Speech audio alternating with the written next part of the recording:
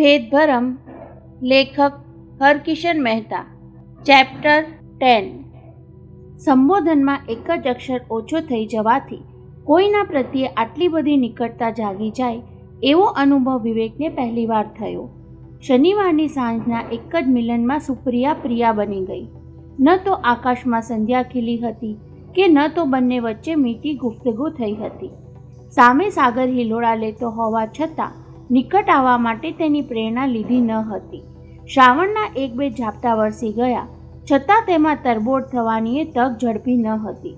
બંનેને આટલા જલ્દી નિકટ લાવવા માટે નિમિત્ત તો બની એક જ સમસ્યા. ભવિષ્યના સુખદ સપના નહીં પણ ભૂતકાળની એક દુઃખદ ઘટનાએ બંનેને એકમેકમાં ઓતપ્રોત બનાવી દીધા. એ વિવેકને બહુ વિસ્મયકારક લાગ્યું. રવિવાર આખો તેણે પ્રિયા સાથે થયેલી વાતચીત વાગોળવામાં જ વિતાવ્યો. શરૂઆતનો એનો સંકોચ, પછી ધીમે ધીમે બહાર આવતી મૂંઝવણ, થોડાક આંસુ, અજાણતા થઈ ગયેલા એક બે સ્પર્શ અને છૂટા પડતી વખતે પ્રિયાએ વ્યક્ત કરેલી ધરપત, બધું જ યાદ કરીને વિવેકનું મન પ્રિયાની આસપાસ આટાફેરા ફરતું રહ્યું. વારે વારે એક વાત પર આવીને એ અટકી જતો. ઘેર ગયા પછી દાદાએ મોડા આવવા માટે પ્રિયાને કાંઈક સંભળાવ્યું હશે. પોતે ક્યાં ગઈ હતી, કોની સાથે ગઈ હતી, એનો ખુલાસો પ્રિયા સાચે સાચ કરી શકી હશે. એ સાચું બોલી ગઈ હોય તો સારું, કારણ કે દુર્લભજી દિવાનથી કોઈ વાત છાની રહેતી નથી. પણ સાચું સાંભળ્યા પછી દાદા ચૂપ નહીં બેસી રહ્યા હોય, રોષે ભરાયા હશે. કદાચ હવે પછી મને બહાર નહીં મળવાની તાકીદ પણ કરી દીધી હશે. રવિવારે જેટલી વાર ઘરના ટેલિફોનની ઘંટડી વાગી, વિવેક પ્રિયાનો અવાજ સાંભળવાની તાલાવેલી સાથે રિસીવર ઉપાડતો અને બીજું જ કોઈ નીકળતા મોઢો પડી જતો. પોતે સામેથી ફોન જોડવા પ્રિયાનો નંબર 2-4 વાર ગુમાવ્યો તો ખરો, પણ જેવી ઘંટડી વાગવાની શરૂ થાય કે જોડાણ કાપી નાખવું પડતું. કદાચ દુર્લભજી દિવાન જ ફોન લેતો, પોતાનો અવાજ ઓળખી જઈને ગમે તેવું સંભળાવી દેતો. સોમવારે સવારે રહેવાયું નહીં ત્યારે ઘંટડી વાગી છતાં ફોન ચાલુ રહેવા દીધો. સામેથી રિસીવર ઉચકાયું ત્યારે તેનું દિલ ધડકવા લાગ્યું. પ્રિયાનું જ હેલ્લો સંભળાય તો કેવું સારું. લાગણીના રણકા સાથે ગુડ મોર્નિંગ કહેવાનું હોઠ પર તૈયાર જ રાખ્યું હતું, પણ નોકરનો અવાજ સાંભળીને પ્રયાસ પડતો મૂકી દેવો પડ્યો. 10:30 બદલે ઘેરથી નીકળવામાં જાણી જોઈને તેણે અડધો પોણો કલાક મોડું કર્યું. બૂટ મોજા પહેરીને એ ઘરનો ઉમરો પણ ઓળંગી ગયો હતો અને બરાબર ત્યારે જ ફોન રણક્યો. માં લેવા જાય ત્યાર પહેલાં છલાંગ મારીને રિસીવર ઝડપી લીધું. હાંફતી છાતીએ હેલ્લો કહ્યું અને સામેથી સાંભળવા મળ્યું. કોણ? વિવેક? હા. હૃદય એકાદ ધબકારો ચૂકી ગયું. તારા જ ફોનની રાહ જોતો હતો. સામેથી વિદ્યાબેન ઊભા હતા એટલે પ્રિયા નામનો ઉચ્ચાર કરી ન શક્યો. ફોનની રાહ જોતા હતા. માનવામાં ન આવતું હોય તેમ બોલીને પ્રિયાએ હુંફાળો ઠપકો સંભળાવ્યો. કેમ, તમારાથી ફોન ન થઈ શકે? કર્યો હતો પણ વિવેકે જીભ કચરી. પોતે આવું ક્યાં બોલી ગયો? હા, ગઈકાલે જેટલી વાર ઘંટડી વાગી એટલી વાર હું ફોન લેવા દોડી ગયેલી. આપ સાહેબ હશો એમ માની લેતી, પણ હું જ તો હતો પ્રિયા. માં જરા દૂર ગઈ એટલે વિવેકે થોડી છૂટ લીધી. ફોન જોડ્યા વગર રહેવાતું નહોતું. તેની સાથોસાથ દાદાજી ફોન પર ભટકાઈ જાય તો એમની સાથે વાતચીત કરવાનું કોઈ બહાનું મળતું ન હતું. સમજી ગઈ. દાદાજીની ધાક તમારા પર પણ બરાબર બેસી ગઈ છે. એમ નહીં પ્રિયા, પણ વિવેકને પેલીએ આગળ બોલવા ન દીધો. જુઓ, હમણાં આપણે મળી નહીં શકીએ. વિવેકને ફાડ પડી. તે પૂછવા જતો હતો. કેમ, દાદાજીએ મનાઈ ફરમાવી દીધી ને? પણ પ્રિયાએ જ વગર પૂછીએ કારણ જણાવી દીધું. રાત્રે લંડનથી મહેમાન આવે છે, કદાચ અમારે ત્યાં જ ઉતરશે. ગોખી રાખેલું હોય તે મેં બોલી ગઈ. હોટલમાં ઉતરશે તો પણ મારે એમની સાથે રહેવું પડશે, એટલે 2-4 દિવસ. વિવેકે ભાન ભૂલીને અજંપો વ્યક્ત કરી દીધો. બિલકુલ મળવાનું નહીં.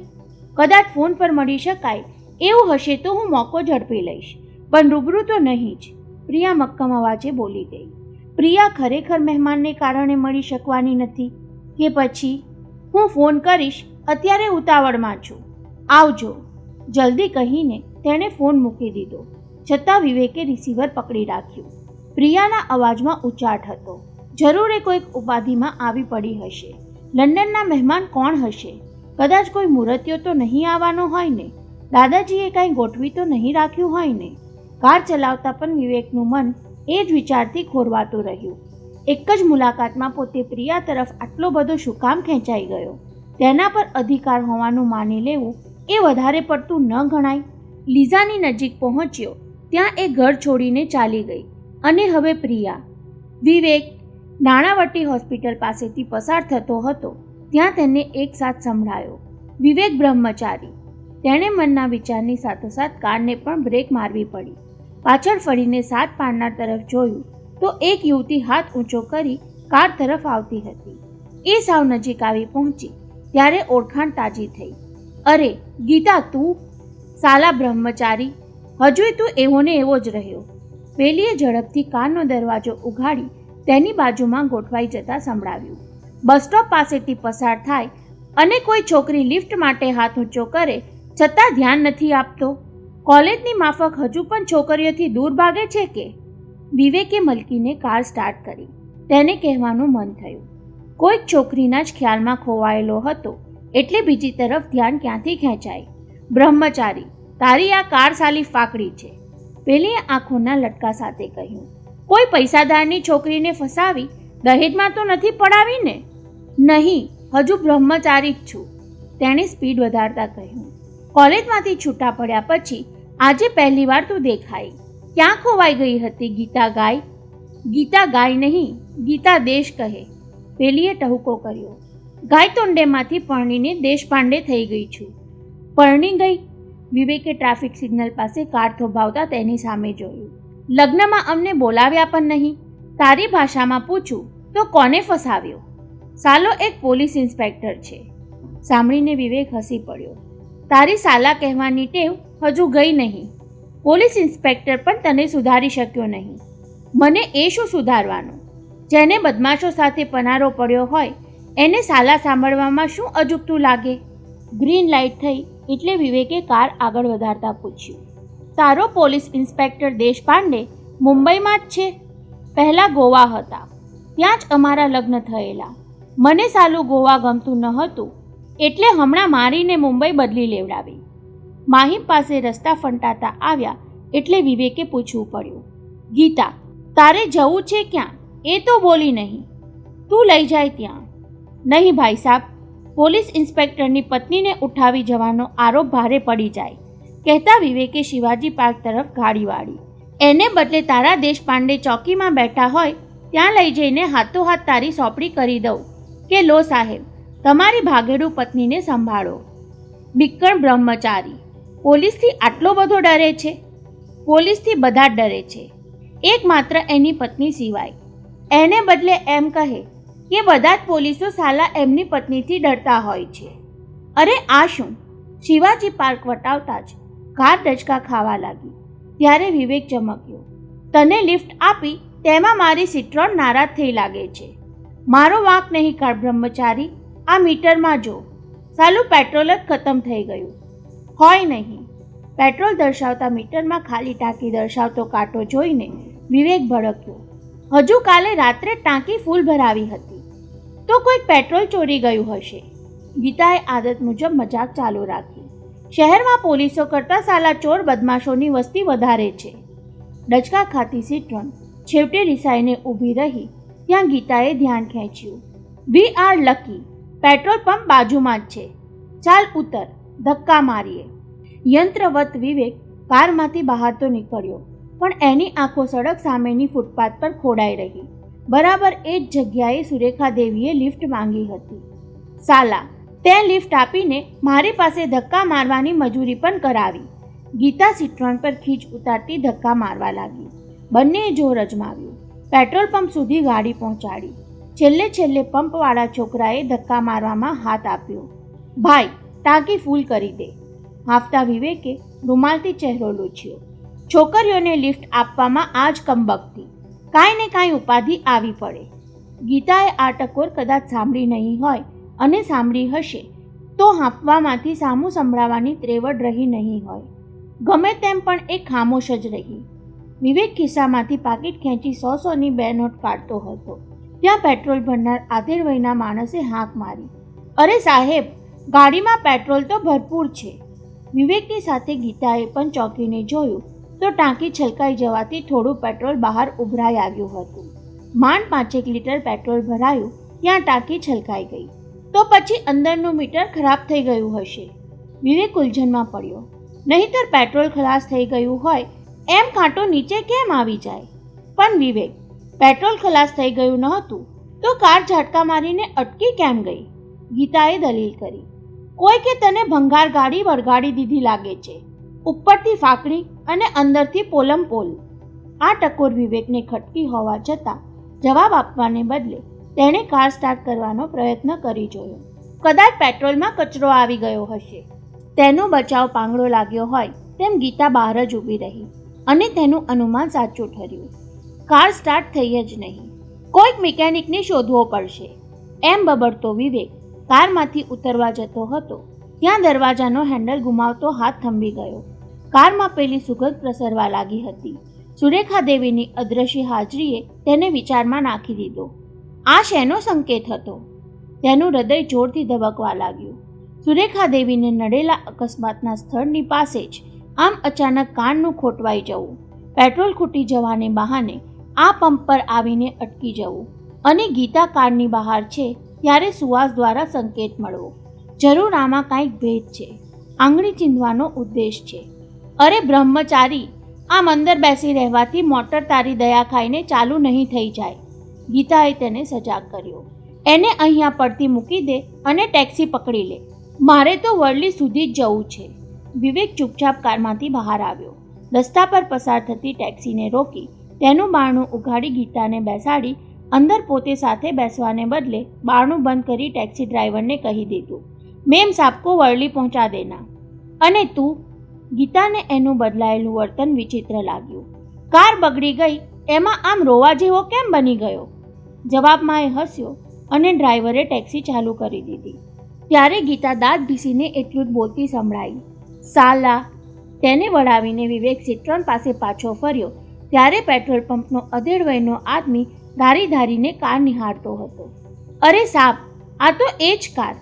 તેના અવાજમાં ધ્રુજારી ભળવા લાગી. અમારા પંપની સામે જ એક લોરીએ તેને હડફેટમાં લઈ લીધેલી. બિચારી બાઈને કચડી નાખેલી. કહીને તેણે સામે ફંટાતા 2 રસ્તા તરફ આંગળી ચીંધી. બરાબર એ જ જગ્યાએ વીજળીના થાંભલા સાથે આ મોટર ટકરાઈ હતી. બાઈ અંદરથી રસ્તા પર ફેંકાઈ પડી અને લોરી તેના શરીર પરથી સડસડાટ ચાલી ગઈ. એ યાદ કરું છું તો અત્યારે શરીરમાં કમકમા આવી જાય છે. એટલે તમે એ બધું નજરો નજર જોયું હતું કાકા? ઉત્તેજનાભેર પૂછતો વિવેક તેના ચહેરાની એક એક રેખા નિહાળતો રહ્યો. તે 50-55ની ઉંમરનો આદમી લાગતો હતો. ધોળી મૂછો, તીણું નાક, આંખો પાણીદાર અને લાંબા ચહેરાની સરખામણીએ નાનું કપાળ. જાણે અત્યારે આ દુર્ઘટના તાજી થઈ હોય તેમ એના મુખ પર વેદના આવી. મધરાત થઈ ચૂકી હતી. પંપ બંધ કરીને મેનેજર સાહેબ રવાના થયા એટલે ખાટલો ઢાળીને ઊંચે આકાશમાં જોતો હું ઊંઘવાની તૈયારીમાં હતો. ત્યાં પહેલો ટેક્સીવાળો આવી ચડ્યો. કયો ટેક્સીવાળો? એવું અધવચ્ચે પૂછવા માંગતા વિવેકે જીભને લગામમાં રાખી. આ માણસ આપમેળે કહે છે તો પછી પૂછીને તેને સભાન શું કામ બનાવી દેવો? ટેક્સીવાળો આમ તો પેટ્રોલ પુરાવા આવ્યો હતો. મેં કહ્યું કે પંપ બંધ થઈ ગયો, પેટ્રોલ સામેના પંપેથી ભરાવી લો. પણ એણે માંડી વાળ્યું. ડ્રાઈવરની સાથે એનો કોઈક સગો બાજુમાં બેઠેલો. બંને જણા ટેક્સીમાં ગપ્પા મારતા બેસી રહ્યા. ખાટલામાં પડ્યો હું એમની વાતો સાંભળ્યા કરું. ડ્રાઈવરનો સગો દુબઈથી આવ્યો હશે એવું એના બોલવા પરથી લાગ્યું. પરદેશની સિગરેટ પીતા પીતા મને એક ધરી, લાઇટરથી સળગાવી પણ આપી. આમ પેટ્રોલ પંપે બીડી સિગરેટ પીવાય નહીં, છતાં કોઈક વાર ચાલે. એ ફરી થોડું અટક્યો ત્યાં વિવેક અધીરાઈને માંડ વશમાં રાખી શક્યો. સાહેબ, હજુ તો સિગરેટના 2-4 દમ મારું છું ત્યાં થાંભલા સાથે મોટર અથડાવાના અવાજે અને પછી બાઈની જોરદાર ચીસે મને ખાટલામાં બેઠો કરી દીધો. ટકરાયેલી કાર અને કચડાયેલી બાઈને જોઈને મારું તો લોહી થીજી ગયું. પણ ટેક્સીવાળો ભારે પાવધરો નીકળ્યો. એક ભૂંડા બોલી ગાળ દઈને તેણે ટેક્સી ચાલુ કરી. અહીંથી જોરદાર વળાંક લઈને પૂરપાટ ભાગી છૂટેલી લોરીનો પીછો પકડ્યો. સાચું કહું તો લોહીના ખાબોચિયામાં પડેલી બાઈ પાસે જવાની 5-10 મિનિટ સુધી આપણી તો હિંમત ચાલી ન હતી. આ સામેના સિદ્ધિવિનાયક મંદિર પાસે ફૂટપાથ પર સૂતેલા 2-4 જણા જાગીને દોડી આવ્યા ત્યાર પછી આપણા પગમાં જોર આવ્યું. શ્વાસ ખાવા રોકાઈને સિટ્રોન કાર પર હાથ ફેરવતો એ ભૂતકાળને તાજો કરતો હતો ત્યાં કોઈ કારે પેટ્રોલ પુરાવા આવીને વિક્ષેપ પાડ્યો. સાપ, તમારી કારને ધક્કા મારી જરા એક બાજુ લઈએ. પેલાએ માથું હલાવીને ભૂતકાળ ખંખેરતા કહ્યું. હું વળી ક્યાં એ જૂની વાતે ચડી ગયો? વિવેકને એ ખટક્યું. આ માણસ સામે ચાલીને સુરેખા દેવીનો અકસ્માત સંભાળતો હતો ત્યાં વળી આ ક્યાં અવરોધ ઊભો થયો? પેલાએ ઘરાકની મોટરમાં પેટ્રોલ ભરી બિલ આપીને પૈસા લઈ લીધા ત્યાં સુધી એણે ધીરજ રાખવી પડી. કોઈ કે તેણે કલ્યાણસિંહના નામથી સાથ પાડ્યો એના પરથી એનું નામ જાણી લીધું. જેવો એ નવરો પડ્યો કે વિવેકે હાંક મારી. કલ્યાણસિંહ, મારે કેટલા પૈસા આપવાના છે? ત્યારે ખભે લટકતા ચામડાના નાનકડા પાકીટમાંથી બિલ કાઢતો એ પાસે આવ્યો. ખાલી 4 લીટર ભર્યું છે સાબ, એમાં અડધો લીટર જેટલું તો બહાર ઢોળાઈ ગયું. કાંઈ વાંધો નહીં, કહીને વિવેકે 20ની નોટ તેના હાથમાં પકડાવતા ઉમેર્યું. તમે મળી ગયા તેમાં માસીબાની જૂની વાત તાજી થઈ. માસીબા? હા, જે બાઈને તમે ટ્રક નીચે ચકદાતા દીઠા એ મારા માસીબા થાય. ખોટું બોલતા અચકાયો હોય તેમ અટકીને તેણે કહેવું પડ્યું. એટલે તો એમની આ કાર વાપરું છું. પેલાએ હમદર્દીથી તેની સામે જોયું. તેના હાવભાવમાં થોડો અફસોસ દેખાયો. કહે છે કે બાઈ સારા માણસ હતા, પણ આટલી મોડી રાત્રે એમણે આમ એકલા નહીં નીકળવું જોઈએ. હરામી લોરીવાળા રાતના પોતાના બાપનો રસ્તો હોય એવી બેફામ રીતે હંકારતા હોય છે. કહીને તેણે 20 રૂપિયામાંથી બાકીના પૈસા પાછા આપવા માંડ્યા ત્યારે ઘડીભર વિવેકને કહેવાનું મન થયું, એની જરૂર નથી, તમારે રાખી લો. પણ તરત વિચાર બદલી નાખ્યો. સાબ, તમે ખમો, હું સામેથી મિકેનિકને બોલાવી લાવું. અબઘડી તમારી ગાડીને દોડતી કરી દેશે. કહેતો એ આગળ વધતો હતો ત્યાં વિવેકે ભડકીને તેને રોક્યો. રહેવા દો કલ્યાણસિંહ, પેલા મેમસાબ ટેક્સીમાં ગયા એ વડલીથી મારા મિકેનિકને હમણાં જ અહીં મોકલી આપશે. મારે એવી કાંઈ ઉતાવળ પણ નથી. તેની વાત કલ્યાણસિંહના ગળે ધાર્યા કરતાં જલ્દી ઉતરી ગઈ. સાચું કહ્યું તમે, ગાડીનો મિકેનિક અને દર્દીનો ડૉક્ટર બદલાયા કરે એ સારું નહીં. એમાં બેયની આવરદા ઓછી થાય. વિવેકે એ સાંભળવા જેવું વાક્ય પૂરું સાંભળ્યું નહીં. તેને તો એની પાસેથી બીજું જ કંઈક સાંભળવાની તાલાવેલી જાગી હતી. કલ્યાણસિંહ, તમને શું લાગે છે જમણી બાજુ થાંભલા સાથે કાર અથડાય તો ડાબી તરફનો દરવાજો આપોઆપ ઉઘડી જાય ખરો? તેના સવાલે પેલાને ભડકાવ્યો હોય તેમ એ ચકડ વકડ પોતાની સામે જોવા લાગ્યો. ત્યારે વિવેકે સાચવી લેવું પડ્યું. તમે તો આ નજરો નજર જોયેલું એટલે જરા પૂછવાનું મન થયું. ના ભાઈ સાહેબ, ખોટું શું કામ બોલું? અકસ્માત કાંઈ હું નજરો નજર જોવા નહોતો પામ્યો. પેલી ટેક્સી મારા ખાટલાની આડે ઊભી હતી. હે? વિવેકે અચરજ ઉછાળી નાખ્યું અને તરત જ એને પાછું કાબૂમાં લઈ લીધું. ટેક્સીવાળો પરગજુ તો કહેવાય જ, નહીતર મધરાતે એવી પારકી પંચાયતમાં કોણ ટ્રકવાળાનો પીછો કરે? પણ ઉપરવાળો ક્યારેય બહુ જલ્દી ન્યાય તોડી નાખે છે. કલ્યાણસિંહે ફરી ડાપણની વાત ઉચ્ચારી. ભાગી છૂટવા માંગતો લોરીવાળો માંડ વાંદરા સુધી પહોંચ્યો ત્યાં પોતાના પાપે ખાડામાં પડીને મૂવો. છતાંય ટેક્સી ડ્રાઈવરને અમારા માસીબાના સસરાએ મોટું ઇનામ તો આપ્યું જ. વિવેકે અનુમાનની ધાપ મારી જે સાચી ઠરી. હા સાહેબ, ભલા માણસો બદલો તરત જ ચૂકવી આપે છે. પહેલા 1-2 દિવસ તો ટેક્સીવાળો મારી પાસે આવીને કકડાટ કરી ગયો કે આ કળજુગમાં પરોપકાર કરવામાં માલ નથી. પોલીસવાળાએ પૂછીને એ બિચારાને તંગ કરી દીધેલો. એમ તો પોલીસવાળાએ તમને પૂછપરછ કરી હશે ને? વિવેકે હળવેકથી સેરવ્યું. ભલે ને અકસ્માત હોય, ખાતાવાર તપાસ તો કરવી જ પડી ને. હા, મારે 2 વાર પોલીસ ચોકીએ બયાન આપવા જવું પડેલું. કહેતા કલ્યાણસિંહની જીભ કચરાઈ ગઈ. મારે ખોટું બોલવા જેવું ક્યાં હતું? પણ ટેક્સી ડ્રાઈવરના કહેવાથી એના પેલા સગાની હાજરી બાબત મેં કોઈની વાત ઉચ્ચારી ન હતી. એ બિચારો 2-3 દિવસમાં દુબઈ ઉપડી જવાનો હતો અને પોલીસના લફરામાં પડવું પડે તો નોકરી હાથમાંથી નીકળી જાય એમ હતી. ટેક્સી ડ્રાઈવરની જેમ મેં પણ એનું નામ લીધું નહીં અને વાત પતી ગઈ. સાંભળીને વિવેકે ઝંઝણાટી અનુભવી. કોઈ અણધાર્યા વળાંક તરફ ફંટાવાની ઘડી આવી પહોંચી હતી. હવે થોડુંક જ આગળ વધવાનું હતું ત્યાં અંદરથી કલ્યાણસિંહના નામે મેનેજરની હાક સંભળાઈ. અલ્યા, તારે એક જ ગ્રાહક સાથે ગપ્પા મારતા રહેવાનું છે કે બીજુંય કામ કરવાનું છે? ત્યારે આવ્યો સાહેબ, કહેતો કલ્યાણસિંહ તેની સામેથી સરકી ગયો. વિવેકે હળવો નિસાસો નાખ્યો. કારનું બારણું ઉગાડીને આદત મુજબ ચાવી ગુમરાવી તો એન્જિન ચાલુ થતાની સાથે જ અત્યાર સુધી ખોટવાઈને ઊભેલી સિટ્રોન તાબડતોડ સ્ટાર્ટ થઈ ગઈ. થેન્ક સુરેખા દેવી. તેનાથી બોલાઈ ગયા પછી ખ્યાલ આવ્યો કે સુરેખા દેવીની અદૃશ્ય હાજરી સૂચવતી સુવાસ તો ઉડી ગઈ હતી. કારનું વિનાકારણ અટકી જવું અને આપોઆપ ચાલુ થવું, આનો અર્થ શું કરવો? સુરેખા દેવીના આત્માએ સિટ્રોનને અહીં થોભાવી દીધી. એ કામ પતી ગયું હશે કે પછી એની આ શરૂઆત થઈ રહી હતી? વરલી પરથી પસાર થતાં તેના મગજમાં બીજો વિચાર ઝબક્યો. આજે જ થયેલી ગીતાની આકસ્મિક મુલાકાતનો શું અર્થ કરવો? અરે હા, એનો દેશપાંડે પોલીસ ખાતામાં છે, તે આમાં ઉપયોગ થવાનો હશે. ત્યારે જ વિવેકને ખ્યાલ આવ્યો કે પોતે ગીતાનું સરનામું લેવાનું તો ચૂકી ગયો. પોલીસ ખાતામાં કેટલાય દેશપાંડે હશે, એમાંથી ગોવાના દેશપાંડેને શોધી કાઢવો પડશે. પણ હજુ પોતાના હાથમાં કોઈ કડી તો આવી નથી. પેટ્રોલ પંપવાળા કલ્યાણસિંહના કહેવા મુજબ સુરેખા દેવીના અકસ્માત વખતે ટ્રકનો પીછો કરનાર ટેક્સી ડ્રાઈવરની બાજુમાં એનો કોઈ સગો બેઠો હતો. એને પોલીસના લફરામાંથી બચાવવા પાછળ કોઈક ભેદ છુપાયેલો હશે. એ સવાલ મગજમાં ગુમરાતાની સાથે કારમાં ફરી પેલી સુવાસ ગુમરાવા લાગી. ત્યારે ઉત્તેજનાની ધ્રુજારી અનુભવતા વિવેકથી કહેવાઈ ગયું, સમજાઈ ગયું, પ્રિયાની મમ્મી, તમારા મૃત્યુ પાછળ કોઈનો હાથ હતો. એ માત્ર અકસ્માત ન હતો.